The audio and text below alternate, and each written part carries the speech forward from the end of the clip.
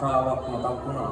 ඒ තමයි මේ උරුගොක්කේ කොමස් උගන්වන ගුරුවරුන්ගේ රිසල්ට් නැහැ කියන කතාවක් තියෙනවා.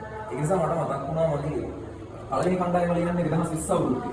මේ 2020 අවුරුද්දේ ඉඳලා 2024 අවුරුද්ද දක්වා කණ්ඩායම් පහක් යතුරු. සමස්ත ළමයි 153 දෙනෙක් කියලා තියෙනවා මගේ විභාගේ. ඒ විශේෂත්වය මේ 153 දෙනා අවුරුදු 5කට වලින් 153යි. මේකේ ළමයි 45 දෙනෙක් මේ විශ්වවිද්‍යාල වල නරලා තියෙනවා. චූටි අවුලකට තියෙන්නේ මේකේ ළමයි 3 දෙනෙක් වගේ ෆේල් වෙලා තියෙනවා. ගුරු කියන්නේ හොඳ නැති නිසා ළමයි 3 දෙනෙක් වගේ ෆේල් වෙලා තියෙනවා. ඒකට 150ක් සමත් වෙලා තියෙනවා.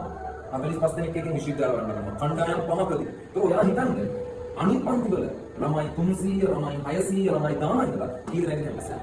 හැබැයි අපි අඩු ළමයි පිරිසකින් වැඩි විශ්වවිද්‍යාල වල අපි පිරිසක් දීලා තියෙනවා. මේ කී කරද්දී හොඳම විශේෂත්වය මෙන්න මේ 2024 අවුරුද්දේ දෙනියන්නේ තමයි අපේ හොඳම දෙවනි ප්‍රතිඵලය දී කරන 23 දෙනියා. ඒ සුළු අන්නේ ප්‍රතිඵල දක්වාම අපි ප්‍රතිඵල දී කරලා තියෙනවා උදේ. කවුරු හරි කියනවා ප්‍රතිඵල නැහැ කියලා. මේක තමයි ප්‍රතිඵල. මේකට දාලා සල්සිට් එක ඔයාලා අතට ලැබිලත් ඇති. තව ටිකකින් මේ වීඩියෝ එක ඔයාලා බලා ගන්න පුළුවන්. මේව තමයි ප්‍රතිඵල. නැහැ කියනවා නම් මෙන්න ඔක්කොම කරන්න පුළුවන් සාක්ෂි. ජය වේවා.